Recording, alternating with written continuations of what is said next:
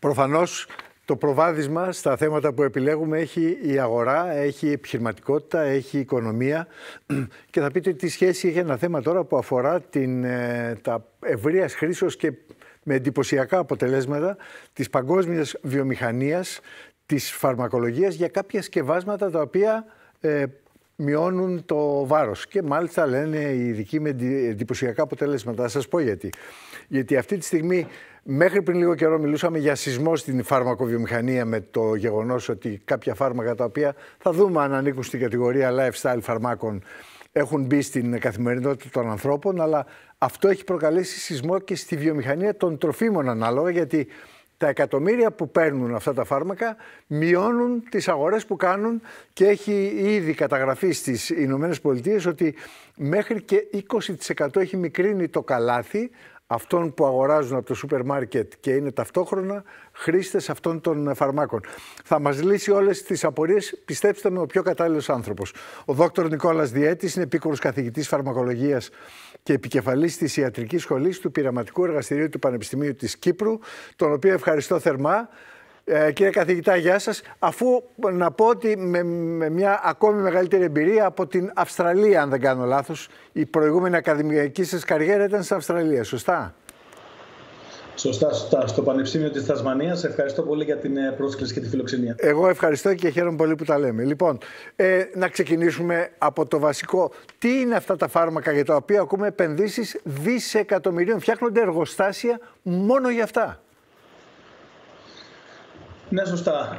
Πρόκειται για φάρμακα τα οποία ουσιαστικά ξεκινήσαμε να ψάχνουμε για αυτά από τα τέλη της δεκαετίας του 80. Ξεκίνησε η έρευνα, αρχίσαμε να παίρνουμε τα πρώτα φάρμακα στις αρχές του 2000-2015 και τώρα τα τελευταία χρόνια έχει γίνει μια υπέρμετρη αύξηση τόσο πολύ όσο στην έρευνα αλλά όσο και στην παραγωγή. Πρόκειται για φάρμακα τα οποία ουσιαστικά μιμούνται ένα πεπτίδιο που παράγει ο οργανισμός μας φυσιολογικά. Αυτό το πεπτίδιο λέγεται GLP-1. Το παράγει ο οργανισμός μας και κάνει πάρα πολλές δράσεις. Μειώνει την όρεξή μας, αυξάνει την πληρότητά μας, αυξάνει την έκρηση της ινσουλίνης, εξαρτώμενη από γλυκόζη. Καταστέλει την έκρηση της γλυκαγόνης, η οποία και αυτή έχει σχέση με την παραγωγή της γλυκόζης και κάνει πάρα πολλά άλλα πράγματα στον οργανισμό σου. Οπότε θεωρείται μια πολύ πολύ θετική, αν το μπορώ να το διατυπώσω έτσι, ορμόνη. Λύθηκε, θα σας ρωτήσω κανείς, λύθηκε το πρόβλημα της παχυσαρκίας φαρμακολογικά? Νομίζω είμαστε πολύ νωρίς να το πούμε ακόμα αυτό. Το πρόβλημα με το πεπτίδιο αυτό, το οποίο μας βοηθάει να χάσουμε βάρος, εμείς οι ίδιοι το παράγουμε, το πρόβλημα του είναι ότι είναι πεπτίδιο, είναι μια ορμόνη και άρα πολύ γρήγορα εξασθενεί η δράση της. Αυτό που έκαναν οι φαρμακοβιομηχανίες είναι να δημιουργήσουν ένα συνθετικό φάρμακο που να μιμείται αυτού του είδους την ορμόνη. Οπότε βγήκαν αυτά τα φάρμακα, τα οποία δρούν με τον ίδιο ακριβώς τρόπο όπως δρά και η ορμόνη στο σώμα μας. Και έχουν γίνει κάποιες έρευνες για αυτά. Τώρα, τα πρώτα φάρμακα που βγήκανε ήταν συγκεκριμένα για ανθρώπους που πάσχουν από συγκεκριμένες ασθένειες, όπως σαχαρώδης διαβήτη κυρίως. Οπότε τα πρώτα φάρμακα βγήκαν για αυτούς τους ανθρώπους, γιατί καταλαβαίνετε ότι αυτοί οι άνθρωποι έχουν τη δυσκολία στο να ρυθμίσουν τα επίπεδα της γλυκόζης τους και αυτοί οι άνθρωποι έχουν και τα μεγαλύτερο ρίσκο για καρδιακιακές παθήσεις. Οπότε τα πρώτα φάρμακα βγήκαν για αυτούς τους ανθρώπους. Εδώ να πούμε ότι τα φάρμακα αυτά είναι ενέσιμα φάρμακα. Ναι.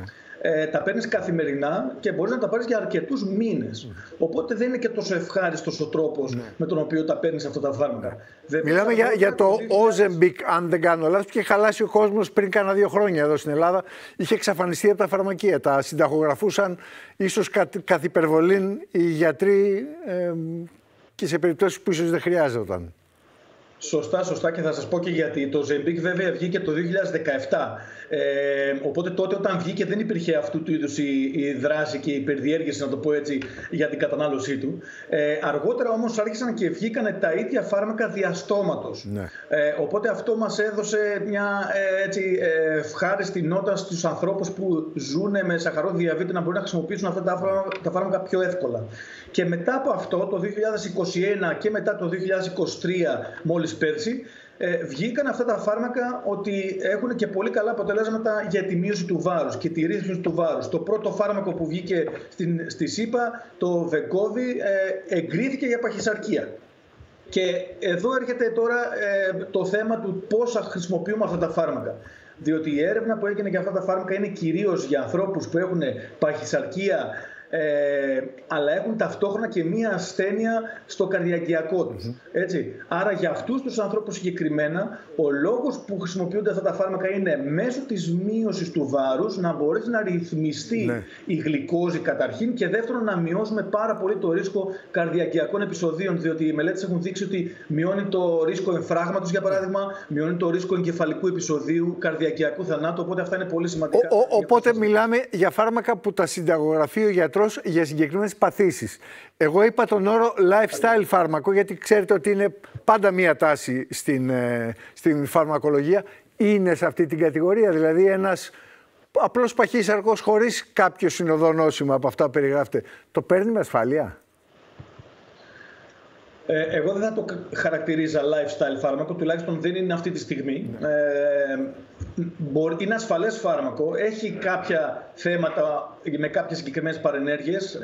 Ίσως να χρειαστεί να τα πούμε, γιατί είναι πολύ σημαντικό να τα γνωρίζουν και οι τηλεθεατές σας. Αλλά κοιτάξτε τι γίνεται τώρα εδώ πέρα. Εδώ μιλάμε για παχύσαρκους ανθρώπους, οι οποίοι οι παχύσαρκοι άνθρωποι μπορούν να έχουν πάρα πολύ αυξημένο ρίσκο να αναπτύξουν ασθένειες καρδιακιακού. Μπορεί να μην έχουν τώρα μια ασθένεια, αλλά μπορεί να την αναπτύξουν και έχουν μεγάλο ρίσκο. Οπότε το ερώτημα είναι, επεμβαίνουμε νωρίς σε αυτούς τους ανθρώπους πριν αναπτύξουν αυτές τις ασθένειες, ή επεμβαίνουμε αργότερα αφού τις αναπτύξουν και μετά? Άρα, αν θέλουμε να προλάβουμε αυτούς τους είδους ασθένειες, είναι καλό να ρυθμίσουμε το βάρος μας από πολύ νωρίς. Οπότε αυτό είναι το πλέον σημαντικότερο που λέω. Παρενέργειες λοιπόν.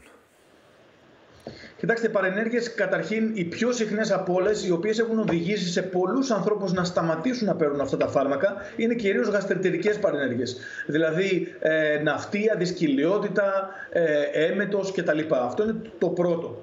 Το δεύτερο πρόβλημα που έχουν αυτά τα φάρμακα είναι ότι άπαξ και σταματήσεις να παίρνεις το φάρμακο, επανέρχεται το βάρος. Μάλιστα. Άρα αυτό δείχνει ότι μάλλον θα πρέπει να παίρνονται χρόνια αυτά τα φάρμακα. Το πρόβλημα με την χρόνια χρήση είναι ότι δεν έχουμε γνώση των χρόνιων παρενεργειών. Όπως είναι η χρήση, πρέπει να μελετούνται και οι παρενέργειες. Άρα προς το παρόν οι παρενέργειες, οι μακροπρόθεσμες, δεν τις γνωρίζουμε. Να σας πω τώρα ένα θέμα που δεν θέλω να τρομάξει οτιδήποτε, αλλά είναι δημόσια γνωστά αυτά τα πράγματα. Και η σεμαγλουτίδη και η τριζεπατίδη, δύο μόρια δηλαδή που χρησιμοποιούνται για αυτό το λόγο, έχουν δείξει σε μελέτες ότι προκαλούν καρκίνο του θηροειδή στα ποντίκια. Δεν έχουν δείξει κάτι ίδιο στους ανθρώπους, αλλά οι εταιρείες μέσα γράφουν συγκεκριμένα ότι πρέπει να αποφεύγεται από ασθενείς οι οποίοι έχουν ιστορικό με καρκίνο του θηροειδή, ή αν παρατηρήσουν κάποια άλλη διαφορά στην υγεία τους να μιλήσουν με τον γιατρό τους. Άρα βλέπετε ότι είμαστε πολύ νωρίς ακόμα για να είμαστε 100% σίγουροι ότι η μακροχρόνια χρήση αυτών των φαρμάκων θα είναι ασφαλής για τους ανθρώπους. Και υποψιάζομαι ότι αυτό που υπογραμμίζεται με έμεσο τρόπο είναι ότι να το δεχθούμε για κάποιον ο οποίος έχει κάποιο συνοδό νόσημα, όπως το περιγράψατε, να το δεχθούμε για κάποιον ο οποίος έχει μεγάλο πρόβλημα παχυσαρκίας και θέλει να προλάβει έναν, αλλά να μην το δεχθούμε για κάποιον ο οποίος θέλει λίγο καλύτερη τη σιλουέτα του από αυτή που είναι σήμερα. Μπαίνει σε περιπέτεια. Πολύ σωστά, και μάλιστα να πούμε το εξής εδώ, ότι όλες οι μελέτες που έχουν γίνει με αυτά τα φάρμακα έχουν γίνει επιπρόσθετα της διατροφής και της άσκησης. Δηλαδή όλοι οι ασθενείς που έχουν πάρει μέρος σε αυτές τις μελέτες, με τη μείωση του βάρους που έχει καταγραφεί, αυτό έχει γίνει επιπρόσθετα με έλεγχο της διατροφής και έλεγχο της άσκησης. Καμία μελέτη δεν έχουμε που να έχει πάρει κάποιος μόνο αυτό το φάρμακο χωρίς να έχει αυτού του είδους τις επιπρόσθετες αλλαγές. Αυτό είναι το πρώτο. Και το δεύτερο, που επίσης είναι πολύ σημαντικό, είναι ότι ναι μεν έχει πολύ καλά αποτελέσματα και προστασίας του καρδιακιακού, αλλά μην ξεχνάμε ότι είναι και πάρα πολύ κοστοβόρο, έτσι. Μιλάμε για μια θεραπεία που μπορεί να φτάσει μέχρι τα $1.000-1.200 ανά μήνα και μπορεί να χρειαστεί να το πάρεις για πολλούς μήνες. Άρα δεν είναι κάτι τόσο εύκολο. Και το τέλος να πούμε φυσικά ότι δεν έχει μελετηθεί καθόλου σε ανθρώπους που ίσως έχουν κάποια κιλάκια και θέλουν να βοηθήσουν τη σουλέτα τους. Δεν έχουμε μελέτες για αυτούς τους ανθρώπους. Δεν ξέρουμε αν η μείωση του βάρους είναι η ίδια όπως και με τους υπέρβαρους και παχύσαρκους. Άρα υπάρχουν ακόμα πολλά. Πάντως πρέπει να σας πω, κάνοντας τον επίλογο και κλείνοντας την κουβέντα, ότι αυτά τα $1.200 τόσα δολάρια που στοιχίζει μηνιαία η θεραπεία φεύγουν από τη βιομηχανία τροφίμων. Διάβαζα ότι μεγάλες αλυσίδες έχουν αρχίσει και βλέπουν αποτελέσματα και μεγάλες βιομηχανίες τροφίμων αναπροσαρμόζουν το προϊόν, γιατί όσοι το παίρνουν τα συγκεκριμένα φάρμακα καταναλώνουν περίπου 20% διάβαζα λιγότερες θερμίδες, που σημαίνει αλλάζουν και οι μερίδες στα προϊόντα και οι συσκευασίες που υπάρχουν, αναπροσαρμόζεται και η βιομηχανία τροφίμων. Είναι πολύ εντυπωσιακό όλο αυτό. Λοιπόν, κύριε καθηγητά, ναι. παρακαλώ για να κλείσω. Με συγχωρείτε. Όχι, αυτό θα ήθελα να το υπογραμμίσω. Απλά να πω εδώ, σαν κλείσιμο μόνο, ότι όλες οι μελέτες δείχνουν ότι όταν μειώνουμε την τροφή, κάνουμε ακόμα περισσότερο στρες, δίνουμε ακόμα περισσότερο στρες στον οργανισμό. Δεν είναι λύση η μείωση, και η μείωση της αξίας της διατροφής μας. Έτσι. Αυτό είναι πολύ σημαντικό και το λένε όλοι οι διατροφολόγοι και οι καρδιολόγοι. Σας ευχαριστώ από καρδιάς, κύριε καθηγητά. Χάρηκα πάρα πολύ που να είστε καλά. Καλή συνέχεια. Και σε εσάς καλή συνέχεια.